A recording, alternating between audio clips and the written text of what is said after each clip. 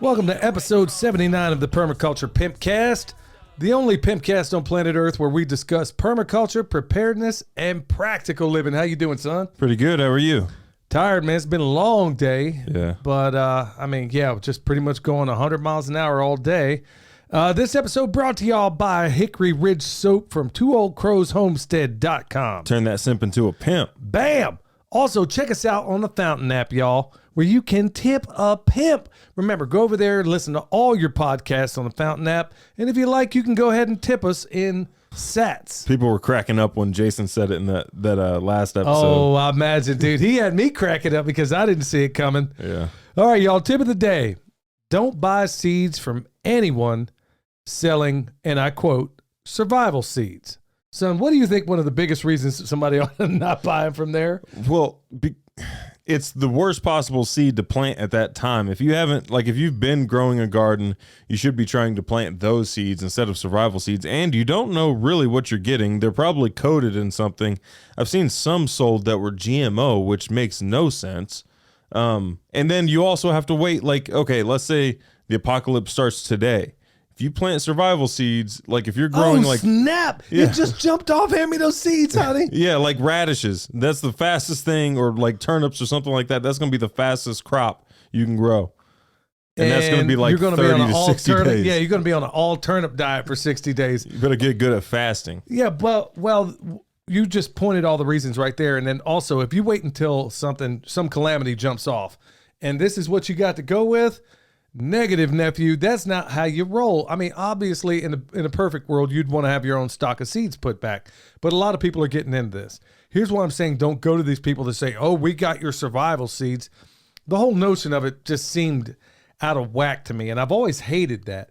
But now, if you're like our other sponsor where you're saying, okay, we have heirloom seeds. Yeah. That you can go ahead and start growing right now. That have been tested and shown to be successful. 85%. I mean, the thing that gets me is that you see it on a lot of different podcasts out there that are in the, we'll call it alternative news, preparedness space, whatever the case may be.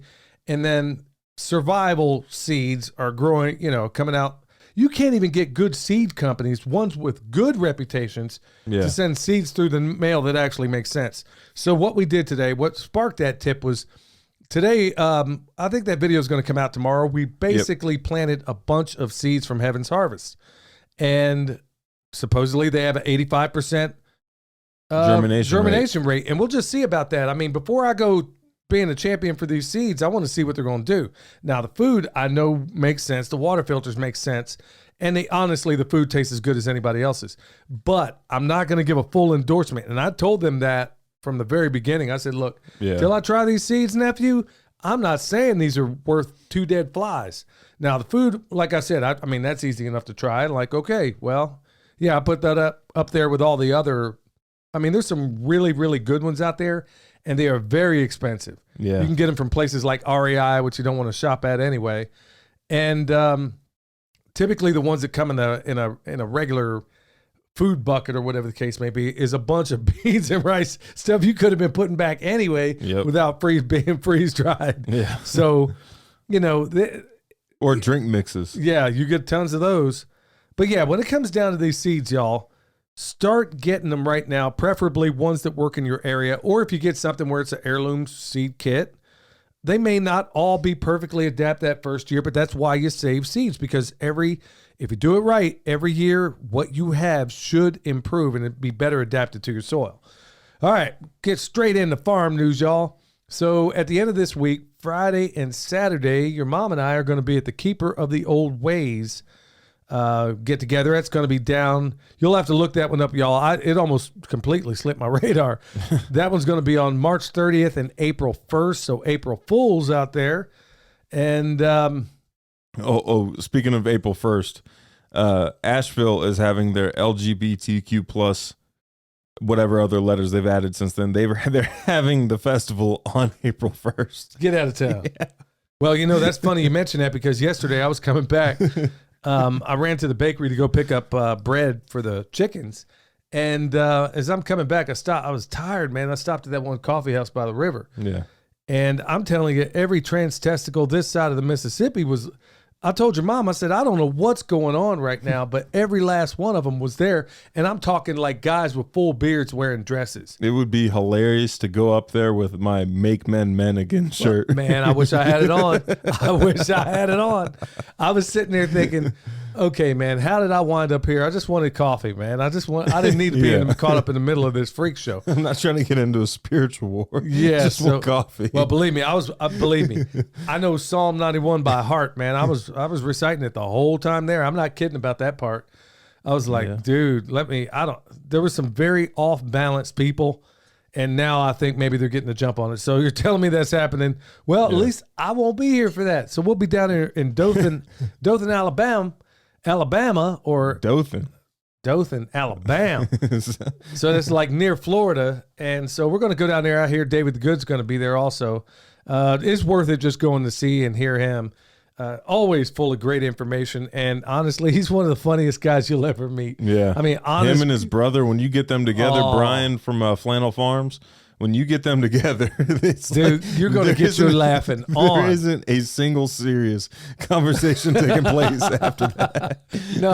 No, it's when you got the two of them together, man, you got two comic geniuses. Yeah. And you're just sitting there. I still laugh every time I think about David doing, he was like doing a country version of Bob Dylan. It was the funniest thing I ever heard, man. He's sitting there doing this, and I'm about ready to pee on myself. I'm laughing so hard. So anyway, David the Good's going to be there, and I think a number of others. So check him out at Keeper of the Old Ways. I wish I would have said something about it long before now, but like I said, it was one of those ones that just, I don't know how, but it nearly slipped me. And you think, I mean, I'm speaking at this thing, you think I would do a little better job of that. Alabama. Yeah, so I'm sitting here slipping, but I'm looking forward to it. Me and your mom will get away, get down there and check out things, and you'll be running the show back here. So as far as farm news, other farm news going on, man, I've been weed eating the side of this mountain, and I mean mountain. Got a lot of that silvergrass and a bunch of other junk coming up through there. So this year I'm going to seed it, and I brought it down before. It's improved a little bit. A lot of junk trees up there, folks. Y'all don't have, I mean, well, we had junk trees almost touching the house when we first moved in. I would love, so I made like a little weed eater attachment. If you take like an edger blade and then you chisel grind, I mean, in the rotation that would make sense, you chisel grind the blade and then you attach it to your weed eater. I wish that was a product we could sell to people. Granted, we can't because the liability would be through the roof. It is a little heavy. Man, some lady finds her husband out there catting around and then chops him up in a bedroom with one of them. I don't think so, man. Now, that thing would be awesome to do, like to be able to sell, because it's a weed eater attachment that actually does what it, like, well, it's not advertised because it's not for sale. I made it, but it's something that actually cuts brush. It does. You see those little plastic fins that they put on with the little aluminum saw blades on them. They just get beat up anytime you come up against a sapling. That thing, you knock it up against like a 2-inch sapling a couple times and it'll chop it down. See, Ben Holler had to do the same thing. He had to invent his own little thing to get through it, man. He showed me one time when I was down there, and I understand why he's not telling anybody, because honestly, man, this thing could kill somebody. I mean, it's cutting through some pretty sizable saplings, man, with this thing. And I'm like, okay, that's a little handy. Yeah. And I'm thinking, okay,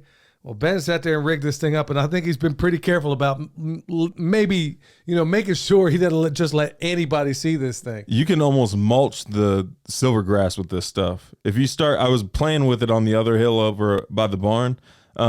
You can, like, if you start up high and then work your way to the middle, then down low, you can almost mulch with it. Yeah, or mulch it. I mean, that stuff, it's definitely getting the job done. But I was over there, on my bicycle today over there chasing up these mountains and everything. Well, speaking of that, part of what we're doing, folks, and this might be helpful to a number of you out there. We got woods that we're trying to remediate. Now, we got the boys, or the Rams. They're up there in the woods in a different place from the females, and they're not going to link up until probably maybe the 1st of November or something like that. Barring an accident, that's how we intend for it to go down. Anyway, they're up in a place where it's not, it was basically a complete mess. Multi-floor rows everywhere. Of course, they eat that, but then there's not a whole lot. William cleared up some area in there, And we're going to try as best we can to maybe try to grow a little bit of grass up in there. So I'm letting the sheep, right before any rain, the boys that are up there, I'm letting them stomp in the seeds to a certain extent. Yeah. So they're over there, and of course we're putting down, we're giving them hay up there because they need it. There's not a whole lot else outside of multiflora rows and a little bit of ground, a little bit of green on the ground, and I mean little. Yeah. And we need the carbon on the ground. Yeah. Yeah, so that's also a help. But that's one of the things we're doing there. Make your animals work for you. Well, the chickens, they need a new fence. And so I ordered another Premier, the 48-inch Premier. Hopefully that thing gets in, man. They keep, even though we clipped their wings, they realized, oh, I can still kind of hop over this thing. One downside of Bielefelders so far, because it's the Bielefelders and that one black chicken that we have that keeps getting out. All 3 black chickens, man. I'm sitting here thinking, man, it's some kind of prison break, dude. Every single day they're up here getting out. Yeah. It didn't used to be a problem before. I know they got plenty to eat. It's just, I don't know. May have to do a little bit of culling if this new fence doesn't handle it. So we got the 48-inch instead of the 42 from Premier 1. And hopefully that'll get the job done. Typically, when you get a higher fence like that, they generally don't try. Now, if they do on this one, whoever gets over that fence this time, straight in the cook pot, you're going to go. Other farm news, by the next episode, I will have completed the 75 hard, the first section. Well, congratulations. Tomorrow, son. Today is day 74, and tomorrow's day 75. Well, so what are you going to do with that extra time now? See, I don't know. I'm still going to do the list and stuff like that, like the power list. I'm still going to work out and stuff. I mean, I can't imagine not doing the stuff that's on that list now just as a habit. I don't know. It's weird. It's a weird, I mean, wait till you and Kendra do it. It's weird. It's a weird experience. Well, it's supposed to be. I mean, when you've been doing something and you hit that level of accomplishment, well, you shouldn't. I mean, the whole thing was to build discipline in you. Well, I will say the working out frequency will definitely decrease because, I mean, it's like kind of impossible to recover working out that much, I mean, without taking steroids. Yeah. So like, and part of it is like, okay, as you go through this, you're going to get more and more tired and you still have to do your power list and everything else. So like the workout frequency will definitely go down. I mean, that's definitely not having any days off. That part doesn't make sense, but I understand it's like Army training. You know, you go through any kind of special training like that, you're not going to get a break. So, right. And then, it's just kind of a gut check. And that's exactly what this thing is designed to do. But I think I have some hacks around some of it. Well, anyway, your mom was out there today putting comfrey in the silvopasture area. We're still doing that, all the crowns and everything. And y'all, look, we need to pray for these people getting whacked by this tornado. Now, I was there in Oklahoma during the May 3rd tornado. I was there when that thing was an F5. I think that's my first memory is driving to the mall. Yeah, we drove into the doggone thing. We were living in a town called Mustang. Nobody in Oklahoma has a basement. For what reason, I still don't understand. Anyway, Gary England, who was the famous meteorologist back there on Channel 9, he's telling everybody, look, man, if you don't get underground, you're going to die. And so we're like, okay, where do we go underground? Well, we had to drive all the way to the other southwest side of Oklahoma City over to Crossroads Mall. And that's exactly where that thing aimed for. So we left where we were to drive into the doggone tornado, get underground, and I thought I was in downtown Baghdad. I thought that was the worst tornado damage. And having grown up in Oklahoma, you see this sort of thing quite often. In my life, I thought I'd never seen anything as bad until my buddy Barrett sends this video of what happened down in Mississippi. Oh, wow. And then I was like, I said, man, it's like the thing stood still. And then news reports came out today that the thing was a mile wide or whatever and practically stood still because I'm like, I've never seen that kind of, I was there when that F5 went through Oklahoma City or more. I was there. I saw that up close and personal, and that had nothing on what I saw. It was like you saw trees intertwined. I mean, like the trees were literally twisted around the metal, twisted around the tree. I have never seen. Wow. I was like, how does this happen? I have never seen wreckage like that. But what I found even more astonishing is that somehow the very next day, how were all the streets cleared? I don't know. I haven't seen much footage about like anything that's happened down in Mississippi. Man, I haven't seen like really much of anything anywhere. Well, I guess it's only fitting before we go to Pastor Lon. Look, y'all, they're going to need our prayers down there because I'm not 100% convinced. In fact, you've heard me kind of talk about it before. Check out work of people like Dame Wigington or Angels Don't Play This Harp by Dr. Nick Begich, or, Operation Popeye in Vietnam. This is just off the top of my head, and I'm sure I could list a number of others that they do have the ability in so many different ways to control this weather. Saudi Arabia or the United Arab UAE. Emirates. Yeah. They make it rain every week. Yeah. Because they like it and they got the money for it. Yeah. So, and this is like right there. And there's one of the emails in here that are talking about, man, I can't believe it's so hard to get people to just look up. I have seen many a tornado. I mean, like right there, looked at it. I grew up there and I have never seen wreckage like this, but for the life of me, I'm wondering, I was like, how did they get these streets that clear the very next day? Huh. It's like Barrett said, man, it almost seems as if they had people in place ready for it or something. It made no sense what I saw, but sadly, there's a whole lot of, people lost their lives, people lost family, people lost everything. And y'all, we're gonna all need to be praying for these folks. With that said, we'll go to Pastor Lon. Hello, everyone. This is Pastor Lon. I got a couple of verses of scripture I want to share with you today. They're in Romans chapter 8, verses 12 and 13. It says, "Therefore, brethren, we are debtors, not to the flesh, to live after the flesh. For if ye live after the flesh, ye shall die. But if ye through the Spirit do mortify the deeds of the body, ye shall live." You see, a person won't change until they're ready to change. Every day there's messages that are preached, Bible studies that are conducted, and testimonies that are shared around the world. Yet people still refuse to respond to God. Instead of building their relationship with God Almighty, people give money to false prophets who tell them that God will bless them if they will just give them their money. You see, even though Jesus Christ allowed himself to be nailed on the cross for our sins over 2,000 years ago, things haven't changed much since then because we're still way too focused on the flesh. Amen to all that. Yeah. Boy, that's one of my big pet peeves, man. These, what Steve Quayle calls pukes in the pulpit. Yeah. Yeah. I mean, send me the money. We'll send you this and that. And then you wonder why. I mean, there are people out there that can't stand Christians, and that's the reasons why. Yeah, look at those paid advertisements at like 2:00 in the morning. Oh, and see all those like, send us money and we'll send you this rock from somewhere in Israel. Unbelievable. Yeah. Or I better not say it, dude. I almost got myself in trouble. Hey, y'all, before we get into the bad news, good news, remember, EMP Shield, $50 off with promo code PERMA. Check out that micro. It is the cat's meow. Trying to get those guys to also come to that festival. It's for shizzle my nizzle.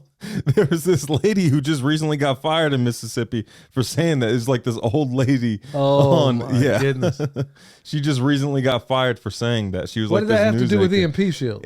Because I don't know. It just, like, it's off the hook. You said that thing is off the hook. And I was thinking, that, yeah. Anyway, it just caught me off guard. Sorry, Dad. That wasn't at all random. That had everything to do with what we're talking about. You said it was off the hook, and then that lady saying, "For shizzle my nizzle," had me. All right. So, yeah, y'all, $50 off with promo code PERMA on that one. All right, we'll get into the bad news, good news. Check this one out, y'all. California farmers lose billions as atmospheric river rainstorms continue. Okay, so, and the quote is, "We've lost everything." Well, it's almost on the heels of what we just talked about down in Mississippi. And it's basically raining cats and dogs in some of the most consequential places in California. But most of us forget that most of our produce, our nuts, all those crazy things come out of California. They grow like 50% of America's food. It's also flooding in Yemen right now as well. Like insane floods. Yeah. I'm not believing for a minute. Look, you can call me conspiracy theorist, and For once, I'd love to be called a conspiracy theorist by someone who actually examined the information for themselves instead of just repeating what you heard somebody else say. Like I said, look at some of the stuff I talked about before, but here we are. California, it's like, okay, we got factories burning down. We got food. How many food facilities just, busted? Chickens got all of a sudden, this virus everywhere. Train wrecks. I mean, this is beyond coincidence to me. And then because it's weather, so many people have that knee-jerk reaction of saying, conspiracy theory, conspiracy. The second you bring up, hey, this, I'm like, the government admits it. Well, it's just like what Pastor Lon just said. You can't convince anybody to change. Well, that's a fact. I mean, no amount of evidence can shatter a faith consciously based on a lie. How many times have I talked about that? Yeah. But on the heels of that very thing, check this one out. I actually wanted to do this one the other day. Shrinking food stamp benefits for families mean yet another challenge for retails. Now, typically it's two good news for one bad, but I had to put this one in there because it kind of goes hand in hand with what we're just talking about. Shrinking food stamp benefits for families mean yet another challenge for retailers. So what this basically, in a nutshell, I'll just kind of encapsulate it. Basically, more than 41 million Americans receive funding for food through the federal program. Now, that was through this nonsensical COVID thing, right? Now they're about to pull it back $95 a month per family. Now, let me tell you a little something about the food stamp system, y'all, because for a period of my life growing up, we were on it. You know, the cool thing about food stamps as it stands from a government point of view is that they just make it just comfortable enough to where you never give any thought about escaping it. That's what it's designed to do. You're not going to, you're not going to live like the Rockefellers. Well, I guess some do. But at the end of the day, they give you just enough. And now with all this stuff going on, all these factories burning down, inflation through the roof, and now it's going to go back 95%. And I think they said the amount in this article of the number of people on welfare. Not 95%, $95. $95, yeah. The number of people, I want to say, for some reason I can't seem to find it, but it was like 72 million people in a country of 330 million, if the numbers are even accurate. 72 million are already, forgive my use of the words, food insecure. Yeah, almost a third of the country. Well, those are just the ones on food stamps. Those aren't even including the ones that are off food stamps that are also food insecure. Yeah, that's a fact. I mean, folks, I'm not in the bad news business. And of course, we always turn back around and give you good news. But really, this is dire stuff, y'all. And if you're listening to certain interviews out there, like Seth Holhouse just interviewed the guy from WebBot. Now, that would give you a little bit of pause if you check it out. The guy's name is Cliff High. Go check it out. I think you'll be glad you did. If nothing else, it's very interesting interview, very interesting information. But it's also overlaying with people like Martin Armstrong, probably the best forecaster ever, and then the other guy who's another forecaster. All of them just happen to be saying the same thing, like hold on to your hat. Hopefully these guys are wrong, but man, you got guys that usually bitterly disagree with one another, all kind of lining up at the same time, saying about the same thing, like hold on to your hat. Yeah. Well, at a time where you got 72 million people, and all of a sudden, remember, there was a story a while back where the food stamps didn't work in a southern city. I can't remember what it was. And I think it didn't work for 24 hours. Those people turned that Walmart upside down. So what do you think happens if the worst happens? All right, y'all. Good news. Yeah, I'm liking this one. So the court blocks this vaccine, man. The U.S. government, courts block Biden's COVID jab mandate for U.S. government workers. Well, too little, too late. Well, that's exactly what I was thinking. Well, this is the good news segment, right? Yeah. Okay. That's supposed to be.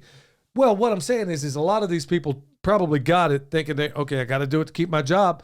Okay, well, my bad. Well, it's good news for the people that held out and didn't, and now they can get basically all of that money that they were supposed to get while they were working back, hopefully. I don't think that's going to happen. We'll see. I'm not hopeful But I mean, I think a lot of people like your Uncle Dion. I mean, he ended up quitting that job.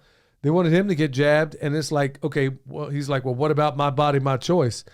Yeah. So, yeah, they sent him packing too. So there's a whole lot of people that are just off. I mean, just out. It's just, I mean, absolutely ridiculous. So, all right, y'all, good news. We'll get on to the next one. Listen, did a video the other day, bare root trees at the Farm Connection. Go check them out. I mean, maybe if you're looking for any, we just told you a couple. Look, I don't get anything for this. They're not paying me for this.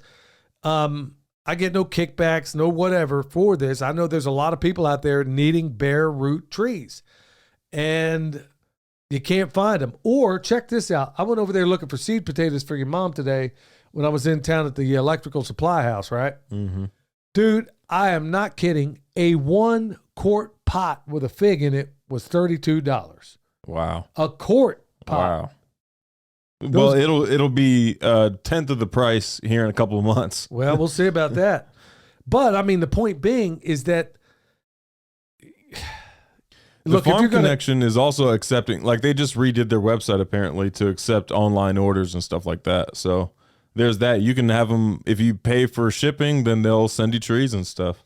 Yeah. So if you can't find them or you're worried about paying a fortune, you know, I picked up a couple of plums there for like $6.95, which is actually a pretty good deal. Now they're small, but that's exactly what you want when it comes to a bare root tree. I told you before, don't be over impressed by the height of a tree, because I guarantee, just like Subkoviak says, and I've seen it, that when you put that smaller tree in, you got a better chance of survivability. Also, a bare root's better.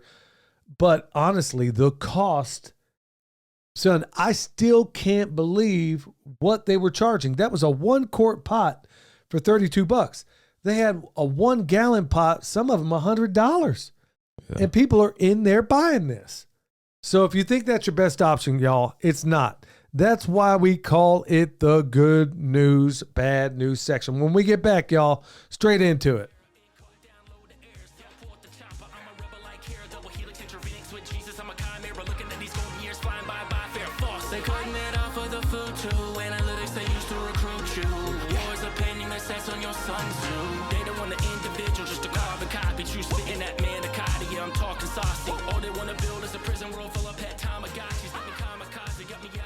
All right, y'all.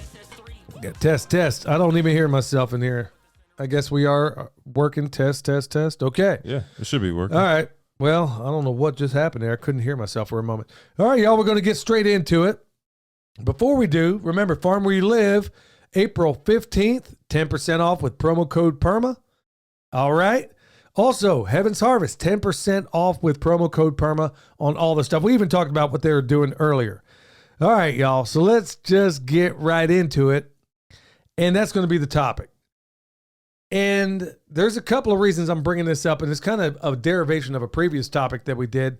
And I'm going to ask, you know, and this is to the people that are in apartments, because a lot of those folks as of late have been hitting up saying, well, I just don't have any land. And I'm like, man, didn't we cover this already? Yeah. So I'm thinking of, okay, well, we got a few more places that we haven't listed before. Okay. As I'm sitting here, I'm not going to say exactly what it was because it's part of a business idea that we're working on. And I can't tell everybody right now because somebody will be trying to snatch it out from under us. But is there any reason you need to own that land? We drove by, 2 properties the other day, completely vacant, and they were commercial properties. Nobody's on it. Nobody's doing anything. Could you go out there and start yourself a market garden out there? You definitely could. I mean, you can definitely put like raised beds on top of asphalt or concrete or anything like that, especially if it's a parking lot. I'm talking out back. Yeah, you could do it there too if you wanted to. I'm saying you don't even have to do that. I mean, there is so much vacant land. Think of how many businesses went out during COVID. And then not long after COVID where you had, oh yeah, I love this one. All the little lefties that said, no, we're just going to wear masks out of abundance of caution. We're just going to do it. We're going to continue, even though the mandates are up, which weren't legal anyway. We're just going to keep doing it. And then guess what? They all go out of business. Well, you know what? That's a vacant lot. That's a vacant store. That's a vacant whatever. Nobody's using it. do you have a problem requisitioning this? How about your neighbors, Curtis Stone style? Yeah, you could do that. There's a guy in Asheville doing it, isn't he? Yeah. Isn't he like market gardening people's front yards and stuff? Yeah, I think Sunil Patel, I think he's one of the ones also doing that too. He might be very well doing that. But what I'm saying is it's hard to, when you're living in an apartment, I understand you have limited space, you have limited this, you have limited that. Once you kind of exploit what you currently have, you could even make it a hobby. I was sitting there joking, and I think it was with you when we were we were going somewhere yesterday. I said, you know what? What would keep anybody from growing beans up these stop signs? Oh, yeah, that was me. No, nothing. I mean, that's the perfect trellis. The government put it in for you. Or what about guardrails? What if you started growing grapes on guardrails? Oh, man, I think it's, well, if they weren't spraying. Sprayed. Yeah, if they weren't spraying, I would have thought that would be a great idea. Yeah, they're going to spray out there. Of course, that's awful. But think about all these other structures. I'm sitting here thinking, okay, there's a stop sign. There's a yield sign. What about those places? Have some beans go up there. It'd probably be pretty cool to look at. Yeah, it would be. I mean, it would definitely get cut down whenever they bring those big mowers through.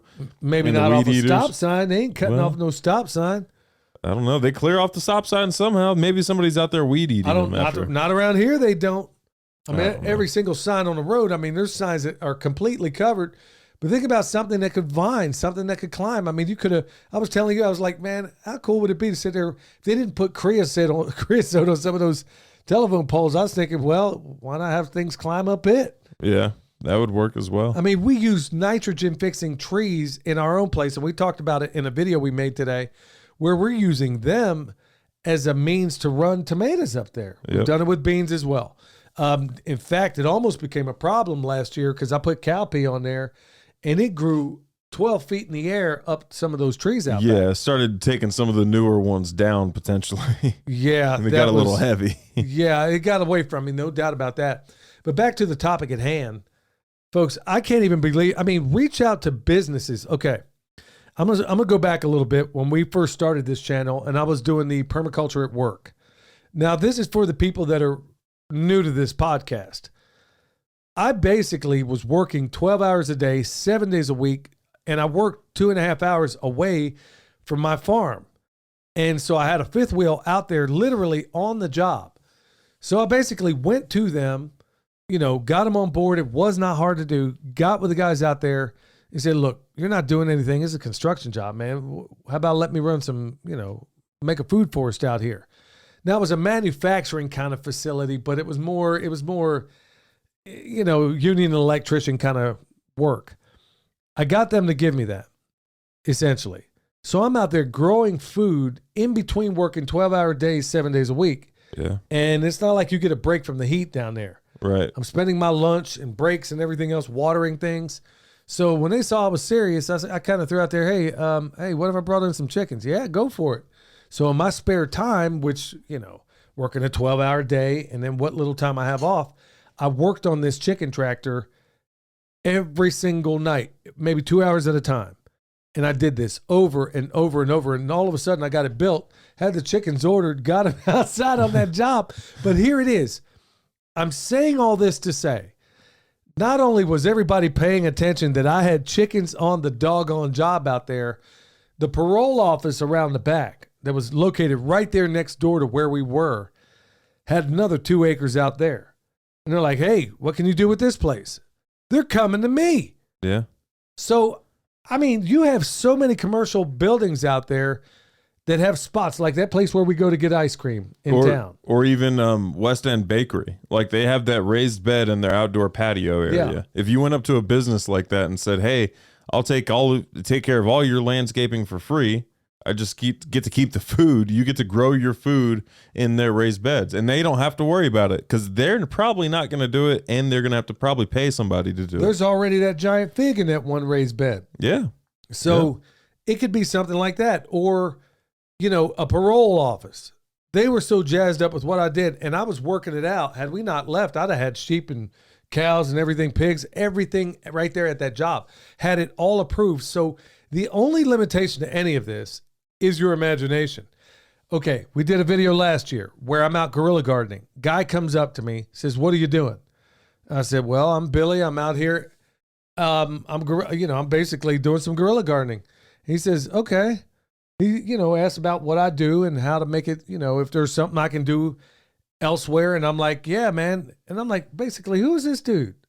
He says, well, basically, I own all this property. So I'm like, sorry, man, I thought I was on the easement. So anyhow, he and I get to talking. And before it was said and done, he right there on the spot, without even knowing anything about me outside of the conversation we were just having, basically gave me this whole bank, which might have been about a half acre, and then told me that he had acres and acres and acres all through the Asheville area that he owns, and I would have been able to farm. Yeah. So this is somebody, I'm providing example after example. You think you got to own the land, but people like Joel Salatin and Greg Judy prove you don't need, it ain't a matter of who owns the land and it's who controls it. Or what about the community center up the road there? There's that bank by the creek. There you go. You could literally plant that and then bring a bucket over there and water everything you need to with that creek. Yeah, you could do that, but depending on where these folks are that are listening, you got to look at what resources are around you, because I guarantee, I don't care where you are. When I was recently in the Arizona desert, I'm in the Sonoran desert, and I'm sitting here coming up with ways in which I could do some pretty clever things if I wanted to. It wasn't that hard. There was all the roof runoff. It all just goes away, and I'm thinking, okay, what if somebody were to just take it right off this little structure right here and then put it into a swale, dump it out? There's so many things you could possibly do. It's just very few people are thinking, okay, this is where I am. What can I do to get out of it? So when I'm getting these letters from people that are saying, look, man, I live in an apartment. I can't wait to homestead. No, I don't want to hear that, because I was homesteading, living in a fifth wheel on a job that was 2.5 hours away from my house. And it ain't the first time I've ever done it. So it can be done. Just quit limiting yourself to any of all those reasons in your head. You got those two different voices, right? That's what it is, though. It's not the inability to find any place to do it. It's the not pulling the trigger. That's what it is. And it's most likely probably the shyness of what if somebody comes and approaches me? That's probably the reservation behind doing it. Or how about the hey, I'm not going to ask, this is a vacant building. Nobody's doing anything. I'm going to go over here and do it. Yeah. Maybe it's an old school, they did whatever. There are so many different options all the way around us. It's just a matter of doing it. And honestly, I was raising animals on a construction job. There are some things you shouldn't have to ask permission for. And that's one of them. Being able to grow food on land that is abandoned, that is harming nobody. It's better, especially if you're using these techniques, it's bettering the location. And it's harming nobody. It's only a benefit. Well, I remember Saste in Kansas City. That's exactly what they were doing. They were just requisitioning these old yards that were in the hood, and that's how they started. So it was one yard, then another, and they're like, okay, we're going to go with this until we get kicked off. Yeah. I had a friend who was doing the same thing in California, in Sacramento, I want to say. And then, of course, they sent a bulldozer in to go knock out this community garden they were working on. It's just absolutely senseless. A lot of this nonsense that's going on with some of this. Asheville, they banned that community garden in the only hood section in Asheville. They banned the community garden there. Oh, yeah. What was the reason for that? The owners or the investors in that property or whatever didn't want that to happen. Well, that's their property then. Yeah, it is. Yeah, I get it, but also you're gonna have to come stop me from doing it. That's where civil disobedience. Well, that's very peaceful to plant a garden. Well, I'm not gonna mess with anybody's if it's somebody's private property and they say, look, dude, you can't do it here, I'm gonna totally respect it, because I would want to be respected in that situation. But when it's federal land, the commons, whatever the case may be, or a place that is just falling down around itself. Well, you don't care about this building falling around. You clearly don't care about the land either. So let me go ahead and I'll handle that. So yeah, if you look at it, it is a betterment of that area right there. If you look at it, it's like the commons area of the apartment area, the apartment section. It's the commons area of that, and they were trying to do a community garden there. it's not like these are like well kept. It's the only hood section in Asheville, and there's other parts of Asheville that are run down. So it's like, well, that's the property. That's up to the property owner. I'm totally with that. I'm all about that personal property. But I'm surprised they didn't lean on them enough to do. There may have been more to that than. I mean, for all we know, dude, they could have had 2-story ganja out there. I mean, that's possible too. Yeah. All right. When we get back, y'all, Q&A.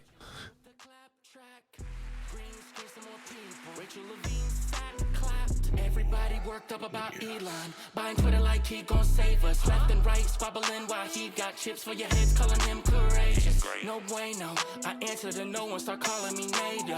Digital cheese on the way though. Get you a bowl of Alfredo. It's a woke summer, I need another booster. Before I hit the beach, BLM on my koozie. All right. So back to the Q&A, y'all. So glad everybody is able to check this out. So right off the bat, son, do you want to kick it off or you want me? Yeah, I got one from Societus on the Fountain app.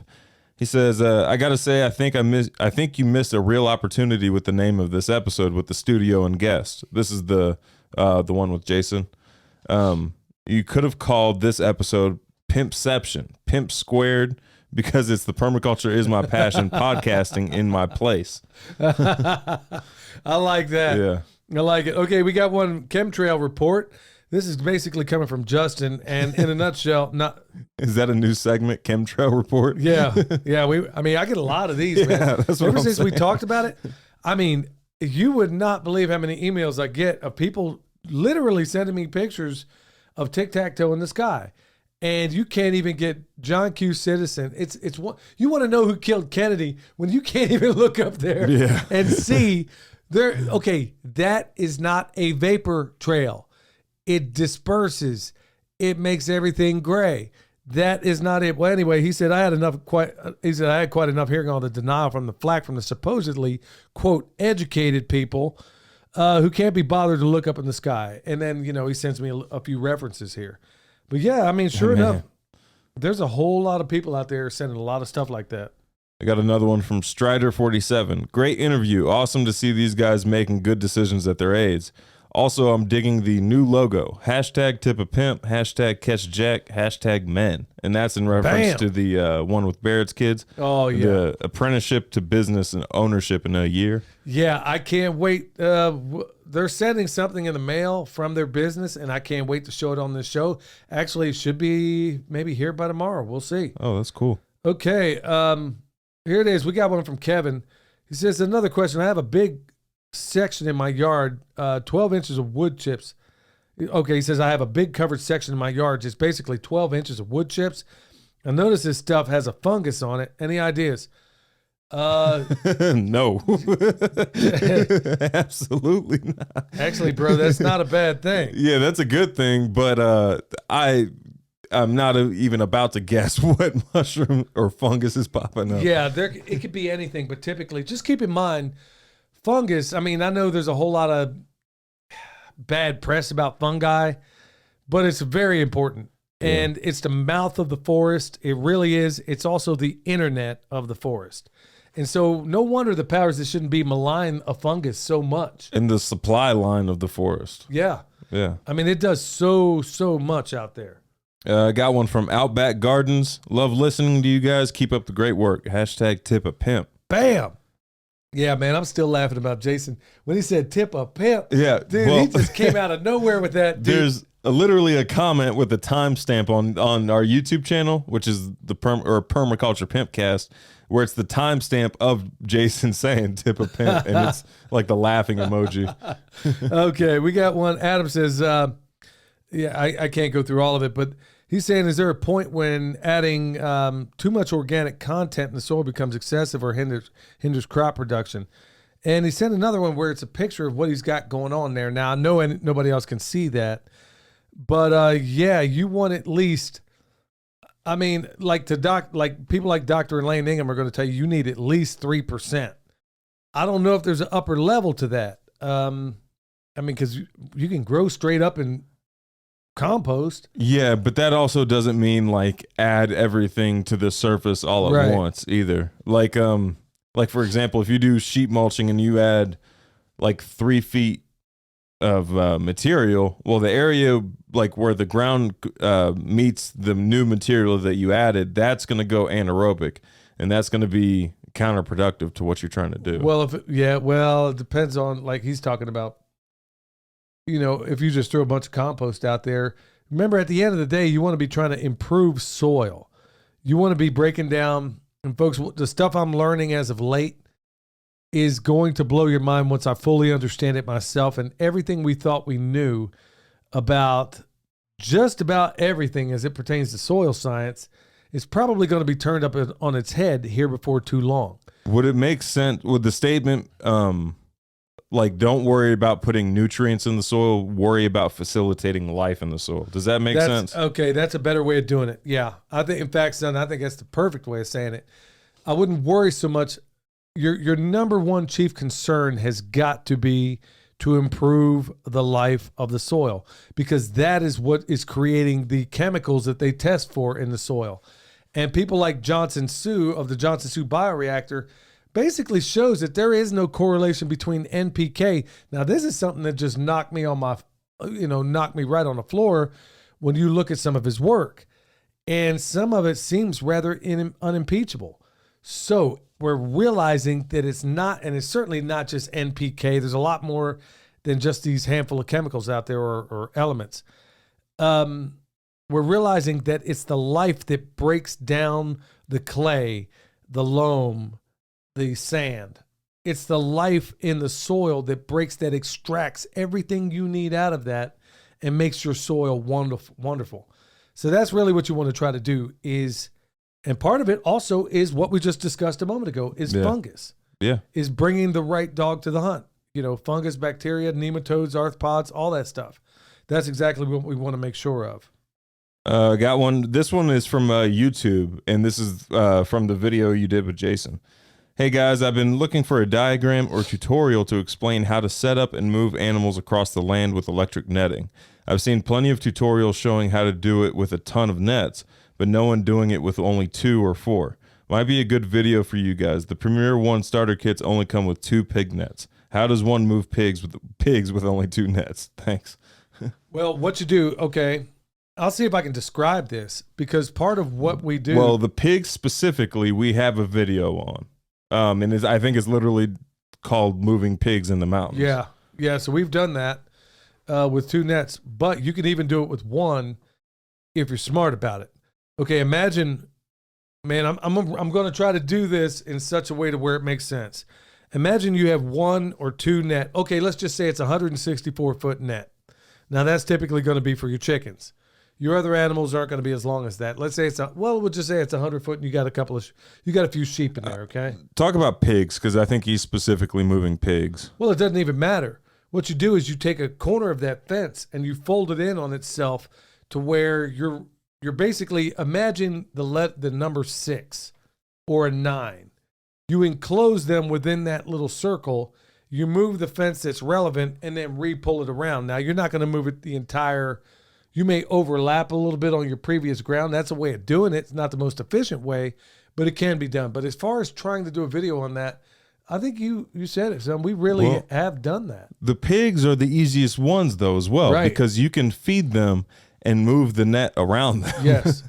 Yes. If you make sure they're a little bit hungry. Yep. You feed them, you spread it out where they're not just going to be able to gobble it up and then chase it down. And then literally you do have quite a bit of time before you have to get back to it. Yeah. Yeah. And I would say, like with pigs, I think that's probably the easiest one. And that's if you're not having them on a free feed schedule. Yeah. Because that won't work. If you are going to do that, remove the food maybe the day before you move or something like that. I'm not sure how you would work that, but we have very strict feeding with our pigs. Or even if you had a feeder, like you said, maybe take it out the day before, put it in the area you want them to go. It really all depends on every situation, but every single animal, it's usually not too difficult to outsmart them. It's just some of this technology you'll have to invent yourself. Okay, Ryan says, what are your rules of thumb for how long meat should stay in the freezer? There's all kinds of people out there telling you how long it should be.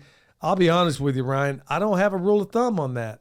I mean, I've eaten some meat that was 3 years old. I remember talking to a guy I went salmon fishing with years ago. He was eating meat that was 6 years old. He said it tasted as good as the day he caught it. So That's about right. I mean, I think it depends on how you package it, really. yeah, I'm trying not to leave it in there too long anyway. I date. I mean, every time I process something, I put the date on there until your mom forgets to write it on there when she gets tired. I got a comment from the YouTube channel, episode 77. This is the Farm Where You Live episode. This is from Lazsis, or Lassis. I'm not sure. I think this was the financial prepper who talked about his food 401k, his tool 401k, his animal 401k, his land 401k, etc. A good perspective on spending money on real investments. Yeah, no argument there. Yeah. I mean, that's a good way to put it. Yeah, you gotta, yeah. I mean, but nobody ever thinks about food insurance. They got insurance for everything else, but no food insurance. How about that? Yeah. Yeah, Cindy Dame, she's been with us for a long, long time. She sent this video, and I can't describe it, all I can do is describe it. It's her husband, his little rig that he came up with for skinning. And it's pretty doggone handy, son. I'm gonna have to show it to you. Yeah, I think we talked about it last episode. Yeah, she actually sent it to me this time, and that thing is fantastic. I'll have to show it to you when we get off. Okay. But basically, it's like this thing where you can adjust it depending on whether he's doing a deer. Man, this thing almost looks like some like medieval torture device.